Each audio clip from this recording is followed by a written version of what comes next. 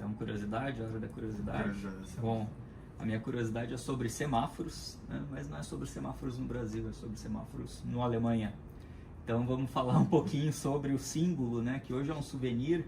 Para quem vai para a Alemanha já deve ter visto, né, o símbolozinho do bonequinho do semáforo, né, com um chapéuzinho ele de lado, verdinho, caminhando, ou vermelho, né, com os braços estendidos, indicando, né, a necessidade de parada do pedestre e espera. Né.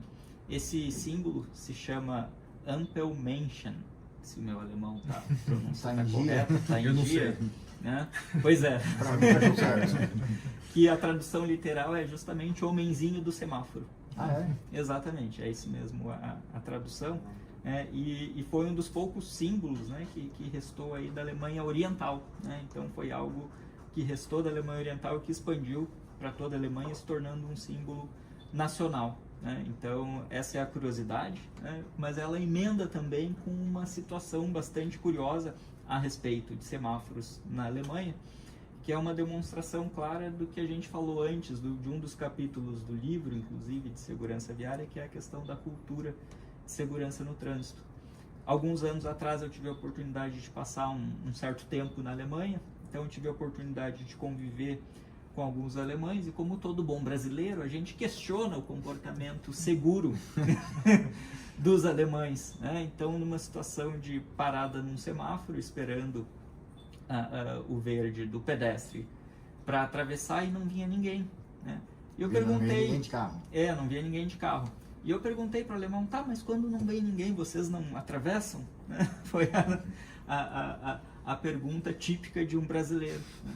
E aí o alemão me respondeu na ocasião, e não era alguém ligado a trânsito, né? Me respondeu, olha, eventualmente até sim, mas eu vejo antes se não tem nenhuma criança no cruzamento, para ela não ver o exemplo. Né?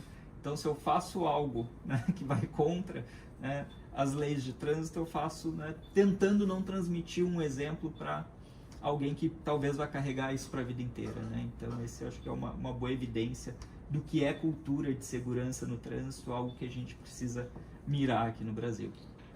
Alto nível, hein? Fica aí a curiosidade do episódio, hein? Um dia a gente vai chegar lá. E uma coisa que me chamou a atenção também, falando de semáforo de pedestre lá na Alemanha, é a fila para atravessar. O que é fila para atravessar?